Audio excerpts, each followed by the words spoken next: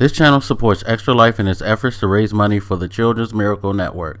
For more information about how to donate and join in their efforts, go to the link displayed here. Extra Life. Play games, heal kids.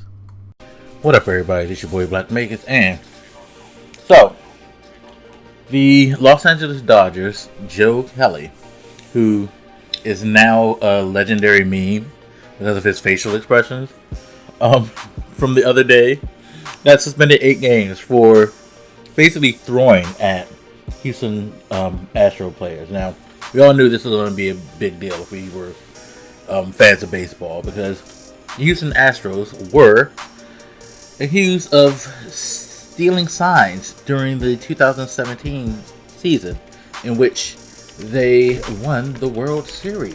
Dun dun dun. And a lot of players from all over the league were upset. In particular, the Yankees, who were beaten by them. The Boston Red Sox, I believe, were beaten that year too by them. And in particular, the Los Angeles Dodgers, who they face when Joe Kelly decided to go nuts and throw stuff. Now, he says he was wild, and if you looked at the game, you can see some of his pitches were wild. But there were some cases where it was just like, yo, like that 3-0 over the top of the head pitch. You really didn't need to do that one. I mean, I guess you probably figured he knew he was going to walk him, so fuck it. Let me just hit this fool and get some more retribution. You know what I mean? And so basically baseball decided, hey, 8 game suspension, which is a big deal because we're in a shortened season, 60 games. So 8 games is a pretty significant chunk of games to be sitting. Of course, he's appealing, and we'll see if he gets his appeal. But a lot of people are, talking about this because they think it's too much. Now, here's the deal for me. One, I've always thought that the idea of quote-unquote baseball policing itself was just the dumbest shit in the world. The throwing at people for retribution, it tends to be dumb. Now, and this I do somewhat understand more now, because you're upset that you felt like these people robbed you of an opportunity to win. But overall, in general, the throwing the pitches thing, it's just dumb. Like, because partially of situations like this where you put yourself in a position where you lose games. The manager got suspended 1 game. The manager for Houston got fined. Like, people, you get in trouble all over the place, and it's just like, was it worth it? On a financial level, at least. And 9 times out of 10, it's really not. It's not worth it season-wise, because you put your team in jeopardy sometimes, especially if you're a significant player, or if you're somebody who could really, really help them benefit during the season. It's just all wrong. All fucking wrong for you to do that. Just, like, it's not worth it. Now, that being said, the punishments were way too hard. It should have been standard, couple of games. It does look like now the Major League Baseball organization is kind of trying to protect them, which they should protect their players, but just a little too much. Like, I get the message that they're sending, but I wouldn't have did that. I would have been like 3 games and just put out a statement like, we start seeing y'all do this more, like, we're gonna have to make it worse. Let them know we get it, you're upset and all that, but don't throw at somebody's head.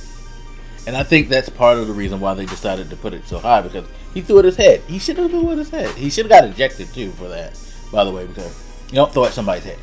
You just don't throw at somebody's head. You could take somebody's life. I get it, you're mad, but you're gonna plunk him in the leg, plunk him in the back, something like that. Don't throw it at nobody's head. He was wrong for that. But at the same time, I don't think it was 8 games worthy. It's going to be interesting because we're going to see more and more people want to do this. If they have to face the Yankees, I'm not sure how the schedule goes, but if they have to face the Yankees or the Red Sox, they're going to get more people. There's going to be more people during the season who's going to think, like, like, say within their division, oh, well, y'all wouldn't have won the division if y'all didn't cheat it during the whole season. So there's going to be a lot of people. The funny thing, though, that I find about the Joe Kelly thing, by the way, is that he was on that 2018 Boston Red Sox team that got caught up in the cheating scandal because of their manager instituting a cheating system for them, who oddly enough used to be a coach for the Houston Astros in 2017.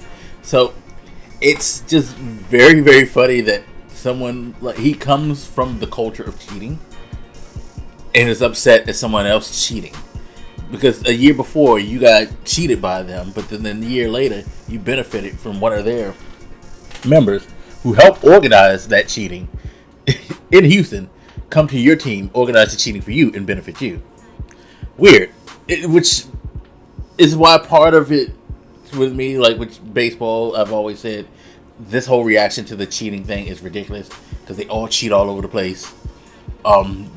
Biggest difference is the Astros got caught and did it in a way that I guess was a little bit better than everybody else, because video feeds and cameras and all that shit, people sitting in the stands, all that shit's been implemented by teams over the years, over decades. Like, but it's just one of those things, again, like I said when this first broke, it's that whole weird honor thing that baseball has that, it's kind of laughable in a way, because, again, a lot of the stuff that has been done in the past and continue to be done isn't as honorable as like how they like to make themselves out to be. But I digress. Anyway, as always, you guys feel free to hit me up. Let me know what you think, and I'll holler at you later. This your boy Blak, and I'm out. Deuces.